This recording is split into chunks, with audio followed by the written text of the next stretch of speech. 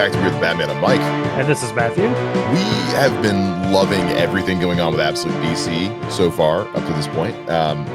Full disclosure, we are now in the season of banking episodes. So we are recording things ahead of time as best we can in preparation for the holidays. So this is one that we are recording a week before Thanksgiving to the day. Yes. You might be hearing this when it's supposed to come out. You might not, depending on whether or not a Superman trailer has dropped, or who knows? So who knows when this is coming out? Hello in the future. Yeah. Merry Christmas. I hope you guys got all your presents. I know you get too drunk at New Year's. Happy 2025, because the way our luck goes, every time we bank these, they get pushed for 6 months. Yeah. So all about to say, if there's anything we talk about, discuss, mention that is a little not quite up to speed as far as current current information. Yeah. We ain't talking politics today. Not on this show. But yeah, it just because we banked this. So yeah, it could be that this comes out the first week of December, or it could be who knows when.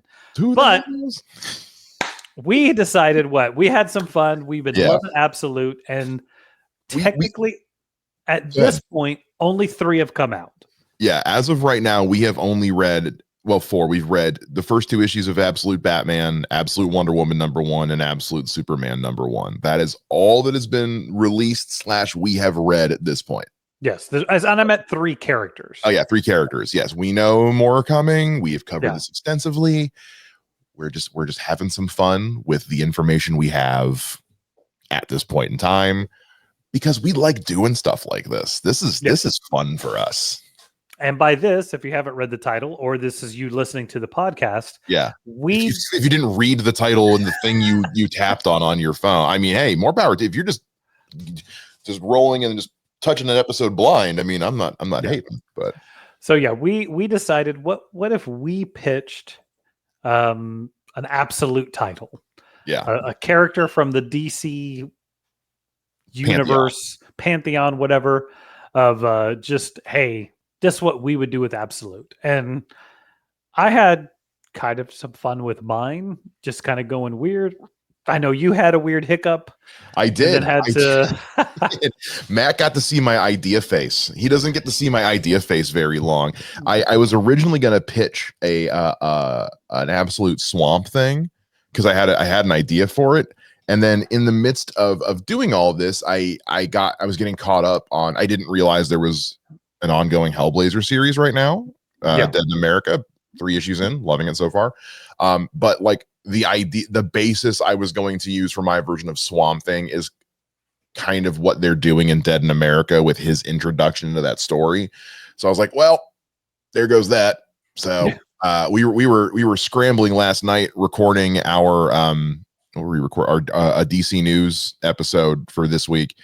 And Matt got to see my idea face. I don't make that face. I think the last time I made that face was either when I was writing our Batman Beyond pitches, or that day in the car when I came up with the idea of having Kurt Russell play Jay Garrick. You didn't see that face because I was on the phone, but I heard it. You heard the gasp. You heard the oh no! Oh, I just had it. You heard the brain gasm. Yes. So you got to see the face this time.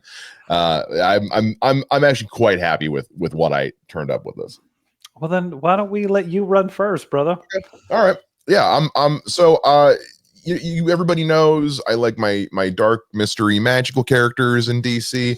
So I decided to go with Absolute Raven. Oh, okay. From Teen Titans. Yes, and Absolute Raven from Teen Titans. We haven't seen a high or low of any indication that we're going to get. We know that Absolute Batman is going to be an ongoing series per Zack Snyder after this first 5-issue run with this story. Scott Snyder. What did I say? Zack Snyder? Yeah. Ooh, different Snyder. Too many Snyders. I work in an office where I have to go by my last name at all times because there are far too many Mikes, and we all have the last name starts with an S. Oh, so nice. So I have to go by Shay at work. So anyway, so I get Scott Snyder, I almost did it again, confirmed that these are going to keep going. So we might see some variation of a Dick Grayson / Robin / Nightwing analog in these at some point. But for all intents and purposes, we're assuming we're not going to get a Teen Titans with this. So let's play with let's use some fringe Teen Titans characters. Injustice did this. With theirs of let's build out the world around the main story and just see what's it like for some of these other characters. We got a little bit of that with Peacemaker and Superman. Yeah. And also with, things like Lazarus and Ra's al Ghul, so I think, I thought Raven would be a fun one. Well, no, I think that's the thing is I think it's too easy to go, here's my take on Green Lantern, and they're already doing it, but also Green Arrow's another one. It's like, yeah, okay, we know that if Absolute keeps selling the way it does, Absolute Green Arrow is inevitable. Yeah, essentially. Go ahead. Essentially, they're going to do the Justice League. Yeah, we're going to do the various members of the Justice League. We're going to end up with Black Canary. We're going to end up with. And who's to say we won't see any of those characters in the next couple of months? Because again, I did not think we were going to see a Peacemaker Rent-A-Cop organization, in Superman, let alone a tie to So who's to say what could happen? But Raven is a character that is so embedded in exterior DC lore that if we're gonna do Raven, it's gonna be a while till we get to Raven, at least in Absolute. So it's a safer of a pitch because I don't see a version of Raven being introduced anytime soon. No, and that's what I think is because I went way out. Yeah, you did. Past the fence of left field. You told me yours, and it's out there. But I mean, I think that's what makes it more fun is I think the other thing I was going to say is look at what they did with Batman. What quote unquote different thing could they do with Green Arrow? Your Green Arrow is a rich kid. Bruce Wayne's a rich kid. So to do something different, Bruce Wayne loses his money. He's not rich in the Absolute. So what are you going to do with Green Arrow? Make him more rich? Well, make him just stuck on I don't know. I'm not saying it's a bad idea. We've done that. We've done a lot of that with Green Arrow. Has kind of been explored. I mean, his origins have been explored a lot of different ways if you think about it. So, and that's not a knock. I mean, as a Green Arrow fan, I'm very happy with all the different versions we've got, and we saw them pull a lot of those story elements for things in the Arrowverse until they ran out of ideas. So, so which one? Because while we're pitching stuff, before I get into my full thing, because I don't want to talk for the next 20 minutes straight, but because we've teased it. What's yours? Which one are you bringing? I'm going to do Absolute Spartan, and Spartan is speaking of the Arrowverse, which I didn't see any of that, so I don't know. But so Spartan is the quote unquote field leader for Wildcats. So he's a guy with the blue shirt and the red trim and the orange hair and the red mask. I mean, they pretty much keep the same colors.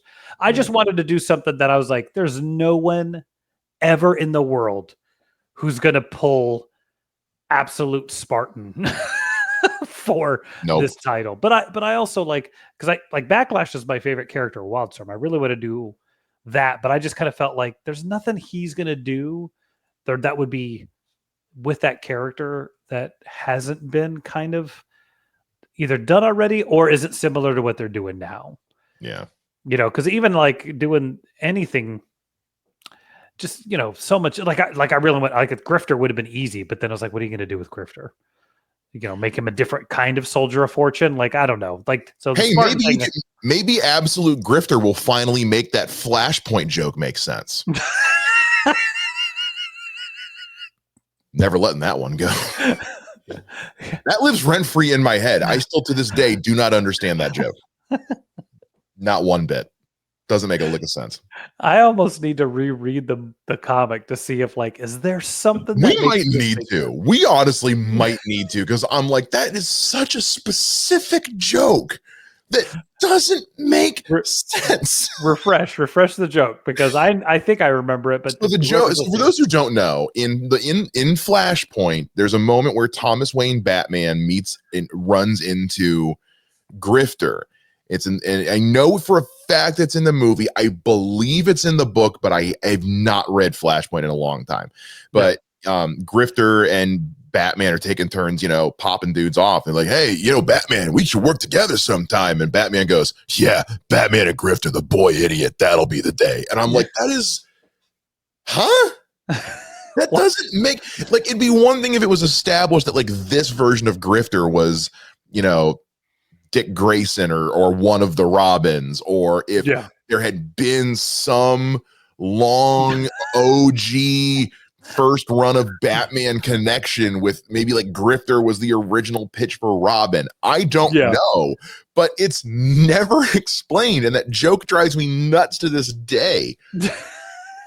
Anyway, I was trying to see, like, is he in the comic? I have researched this for a decade. I guess we're gonna have to read a comic. We're gonna have to go back and read Flashpoint. Anyway, so Spartan. Yes. So yes, that is gonna be mine. I liked that. So well, and again, when you told me this, it was interesting because they tried to blend in like a version of the Wildcats / the Outsiders in the Arrowverse. It wasn't bad. I will say it wasn't bad. It was one of those, like, I more applauded them for the effort. Yeah. Of like, this is some fringe DC shit that you're trying to work in here. Whether or not it's succeeding is debatable, but kudos for trying. You know what I mean? Like, kudos for that. Like, what a pull. So, but yeah, they tried to make John Diggle's character, a version of Spartan in that, and he's, they've kind of introduced it more in the comics and stuff like that as well. So, like, it's not a bad idea. It's just the Arrowverse missed more than it hit by the end. And I say that as somebody who was a huge fan for a while. Wasn't he Green Lantern in one of the? That's my point. Is like John Diggle is one of those characters in the Arrowverse that they tried to do a lot of different things with. Yeah. When they were kind of Hail Marying at the end. He was kind of like he reminded me, who's the girl that ends up being Arrow's wife or girlfriend? What was her name again? Oh, Felicity. Yeah. It was like, you could tell that Felicity girl was like, you were a day player, and then the fans liked you. They kept bringing you back, and then suddenly you became part of this thing, and it was like, you were never supposed to be. Well, Felicity was a character. We're getting so off topic. Felicity was a character from Green Arrow comics, but like not like that. Anyway, moving on. All right, so tell me your absolute Raven pitch. So character-wise, there are some things that I think absolutely have to go. I'm definitely thinking like, emo, metalhead, goth chick kind of thing. I mean, that kind of goes hand in hand. I'm definitely going younger than we usually do for Raven, not problematically younger. I don't want her to be like, like 18, 19, but I also don't want her to be like 9. I'm thinking like Percy Jackson age. Yeah, like a 13. Middle, 12, 13 at most. Yeah. Old enough that she could, because the idea is that she's going to be like, is going to involve her kind of going off in like living like a nomad sort of in a way. So old enough that she could kind of fake her way through a lot of it, but young enough that it's still going to be dramatic. Yeah. You know what I mean? So the idea is that like, this is a girl who is who, like, as opposed to Raven, who was like born into this dark magic demonic lifestyle and wants out of it. This Raven is someone who is like a fangirl of that shit and wants it to be real, and is like just convinced in this little fantasy world of hers that it is real, and is just bummed that it's not. Like, she's like, the idea of like her being the hidden secret sire of, Trigon the demon. Yeah. That's just fan fiction for her. That's something she wants to be true, but it's not true. You know what I mean? I have it where, she's you know, like she walks, her name's not Raven. We never get what her actual name is at first. She just calls herself that. Her parents are very loving, very white picket fence, you know, Wonder Bread with creamy peanut butter for lunch kind of family, crust cut off and everything. But I and this is a way for me to kind of I have my cake and eat it too, is that, you know, again, like emo, punk, metalhead, goth. So I have here that she's a huge fan of a band called Mucous Membrane. No, I'm sorry. The punk band that John Constantine played in. Oh God, that's the band that he was in when the Astra whole thing goes down. However, I'm not having him be a player yet. no, this is quite, because I have no doubt they're going to do something with Constantine. Yes. In Absolute. I have no doubt they're going to. There's just, especially with, there's just too many. Wonder Woman fights demons. There's no way Constantine doesn't show up. But actually, and I actually worked that into, like, so this is the way you can fold that in, is that, you know, she sees the footage, the news coverage of the Wonder Woman incident specifically. Okay. And goes, oh, demonic black Pegasus and a woman fighting with okay, so this shit's real. Okay. Yeah. Okay, gotcha. Yeah. And then it becomes her like, I'm going to go find this out for myself. I know there's something in me telling me I am meant for this, and I am going to find out what it is. You know what I mean? Yeah. So I have that. I also have where, because there is some connection to Zatanna in Raven's origin, where she initially approached the Justice League for help with fighting Trigon, but they refused her on the advice of Zatanna because she could sense that she was Trigon's, you know, offspring. So obviously I want to get Zatanna worked into this in some way. I think I can see Zatanna in this Absolute universe being a bit more of the reckless punk rocker type, like John normally is. Yeah. I even had the idea of, like, if we do fold John into this, John's not into magic. Yeah. John's just a punk rocker. And Zatanna is his girlfriend / stage special effects tour manager or whatever. She's like their road manager, and does all that. Well, or let me put it this way. She uses her magic to do their stage special effects, but writes it off as being like, I'm the special effects person. And he's like, man, Z, that's really, it's not my British, but like, man, Z, that's really cool. Like, you're the best special effects person ever. And she's like, I know, right? It says something backwards, and, you know. Yeah. So, but the idea that, like, Zatanna was a magician, felt like career fell apart for one reason or another. I would like to imagine that maybe it's like, she gets involved with John.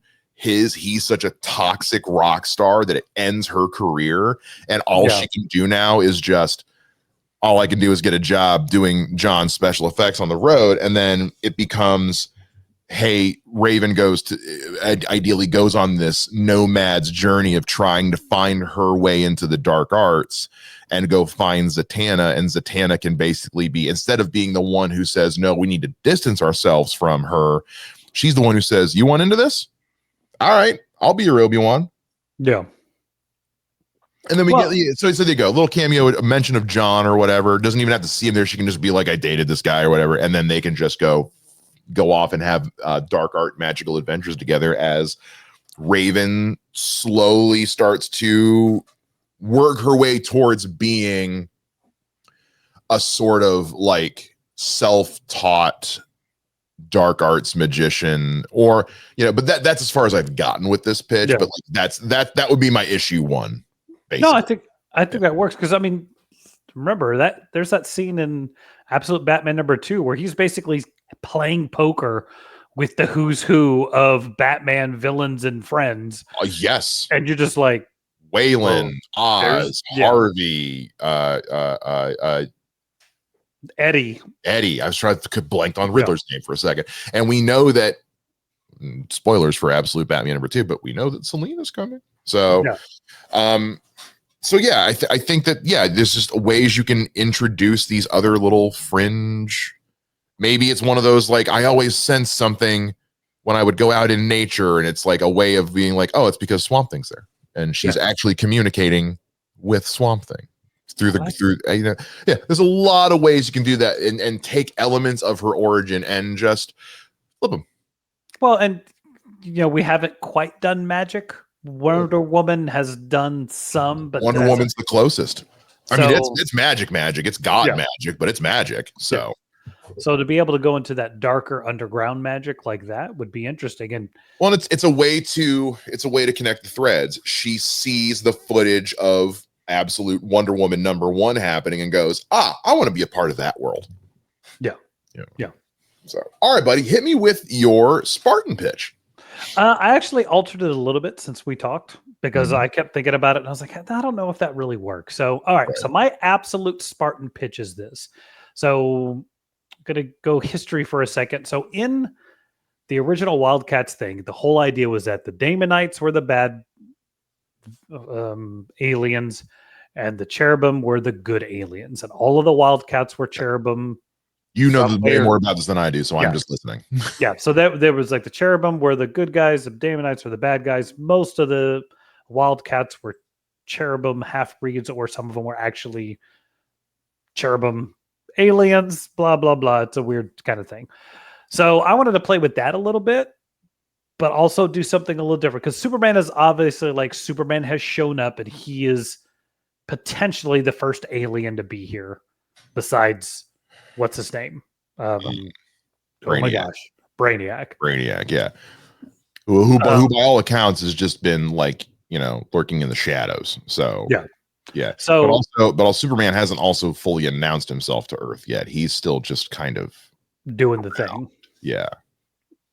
So I think what I was gonna do a flip side, and it's kind of been done a little bit here and there, but have the fact that like the Daemonites and the Cherubim have been here for a long, long time. And maybe influencing things, especially the Daemonites. And that in the original thing with Spartan is that he was a Cherubim and then he was killed and his consciousness was put into this robot. He forgot who he was. And then it's like, as they rewrite characters retrograde, he changes to all that, blah, blah, blah, blah. So I think what I would like to do is have it be where he is this android who is created, and that he doesn't even know he's based off somebody else, but he still has occasional like flashbacks or memories. Oh, so you're going Blade Runner with this? Yes, where it's like he knows he's supposed to be this tool. He's supposed to be finding these Daemonites, and as he goes along, he starts learning more about like, oh wait, maybe I'm not this robot who is just supposed to do this. I'm this man who may or may not have been a warrior. Or you just took the best parts of Blade Runner, and I love Blade Runner 2049, but you took like some of the best parts of that and the only good parts of Eternals. Yes. And oh buddy, I love this. So that, and then what you can have is as he's discovering people and trying to stop the Daemonites, maybe he slowly collects and builds a new Wildcats team. Maybe he doesn't, but you just have his inherent ability to do these things. Mm-hmm. And you're like, the more he goes along, the more he's like, no, I think I was this guy, or I was somebody. I just don't know for sure. And it's kind of a journey of self-discovery with lots of action and alien fighting. But I think that would just be cool, because then you can also get into like, they didn't really get into the Wildcats, because Wildcats the thing is like, who out there is a Cherubim? Because in the Daemonites, it's kind of weird because some of it I remember and some of it I don't. Like the Daemonites were just really evil looking things. They could not necessarily blend. They could possess humans. But they couldn't really blend. Cherubim just look like humans. So you could get to this point of like, who is and who isn't.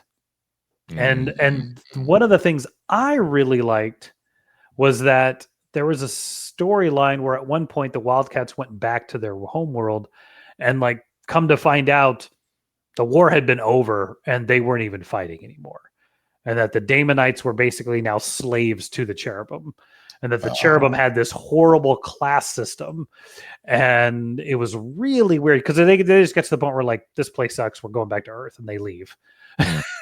So to play with some of that of like, so Spartan, you find out Spartan was Jon Cole, who was a Cherubim lord. And then in the 30s, he was John Colt, who was like a Captain America-ish team member. So I think you play with all that, have some fun, but really get into that, like, what makes a person, what makes a hero, who is the hero, what is the facade, and delve into that. And I think it would be really cool.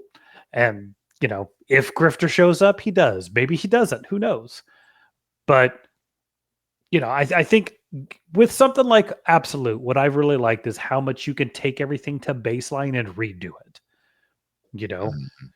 Could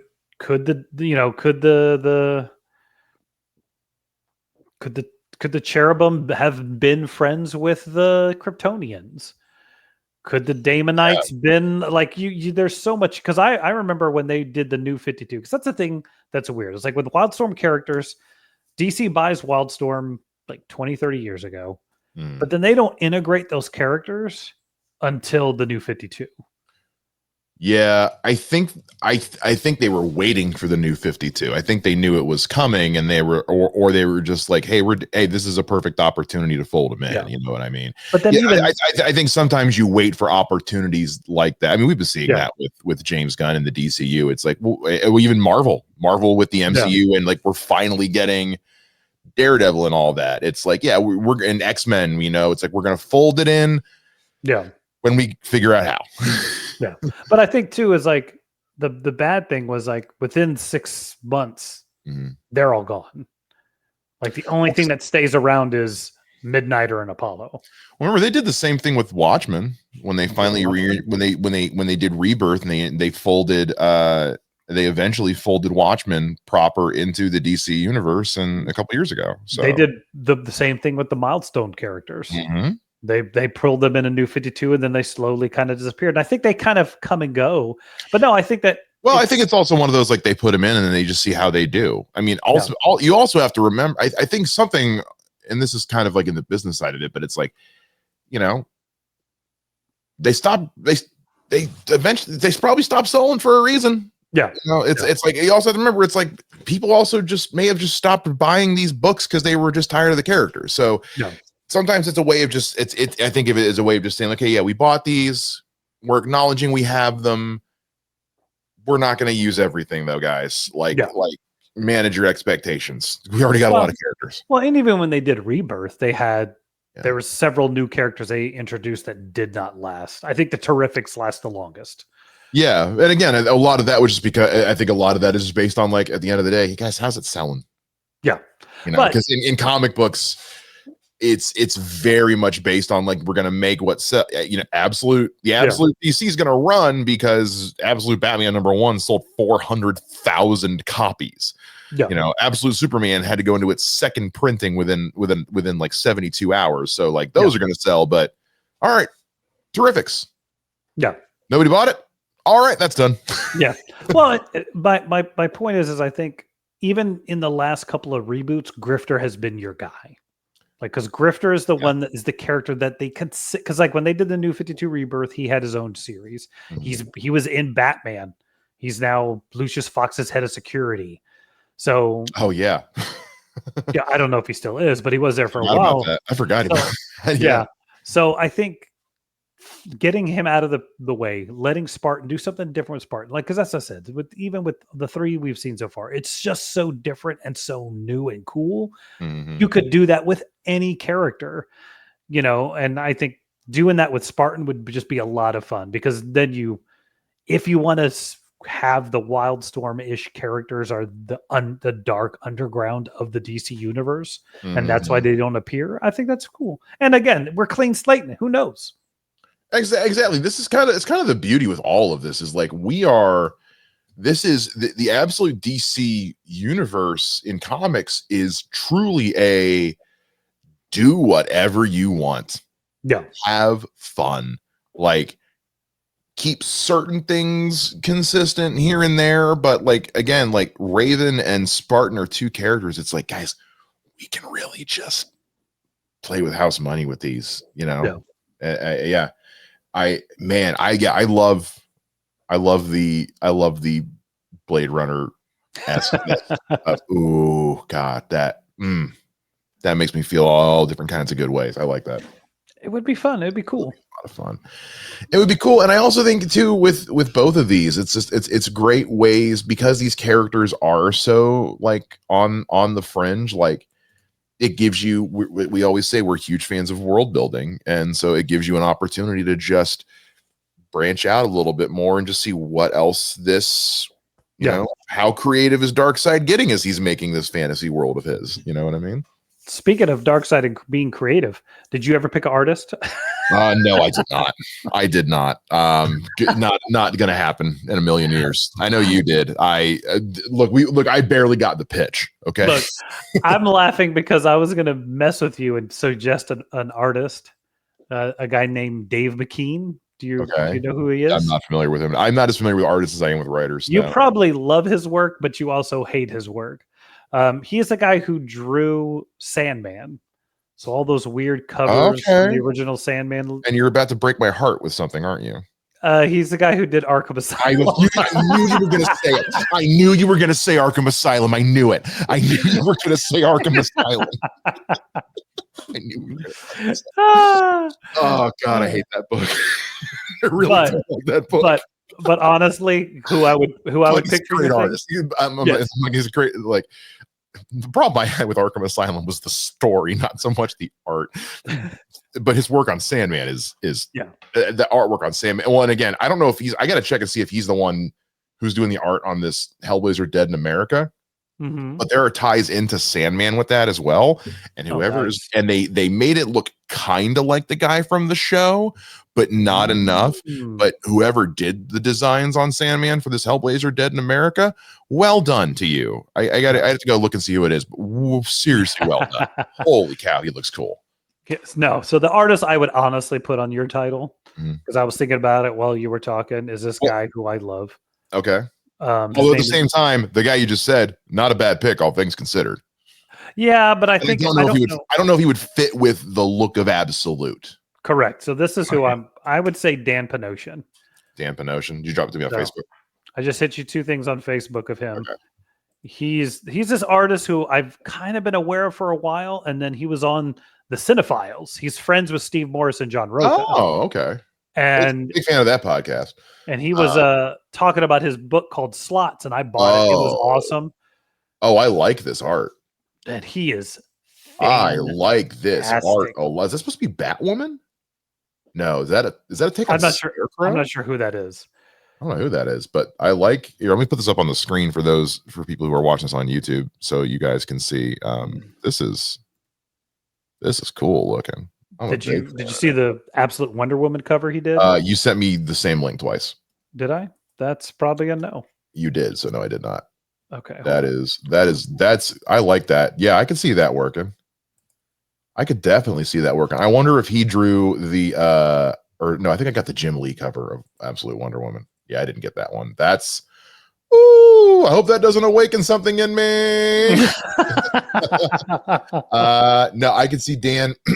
I can see I like his use of black.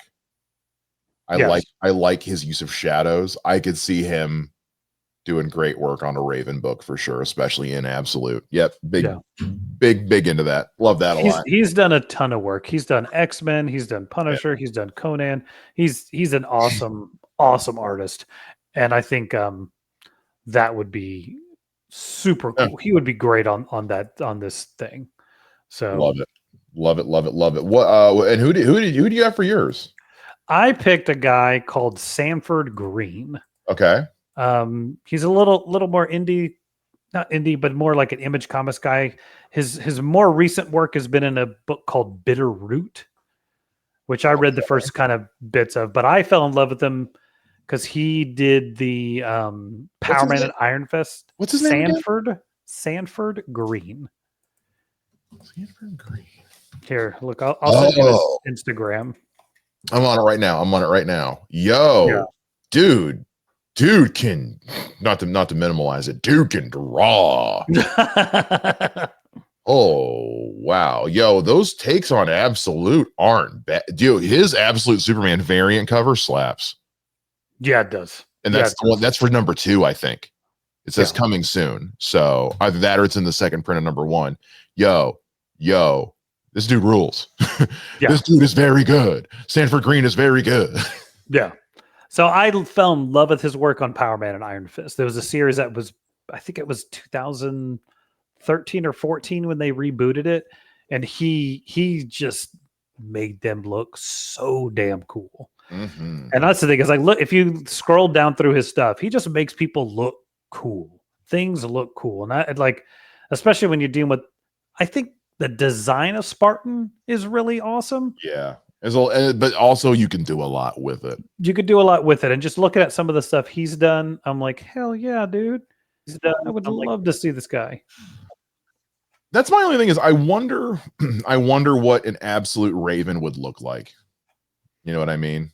And I'm no artist. I couldn't even begin to conceptualize it. God, I wonder what you need to do is you need to tweet. We need to message. Tweet or what do you do on the other thing? I don't know. On Threads. Thread him. I don't know. Hook him on Threads. Is it hook him on Threads? I hate that you said that. I hate that. I hate that very, very much. I really do. Yeah, I will find Dan Panosian online and be like, we should hit these guys up and be like, hey, we pitch these things. We pitch these things. You give us an idea what you think it would look like? Yeah. Maybe send it to us and sign it. I don't know. Yeah. Something like that. Would be great. Something also would be great is if everybody who is currently watching this on YouTube subscribe. We didn't do this at all this episode, but I think it's because we were so busy pitching you guys just great ideas. Maybe was that last night then that we did that? Yeah, no, we didn't do it today. We didn't do it today. I know. We're banking stuff, guys. We're getting lost in the sauce a little bit here. But yeah, please subscribe. And if you're listening on the audio version, subscribe on whatever app you're using and tell your friends and it'll be great.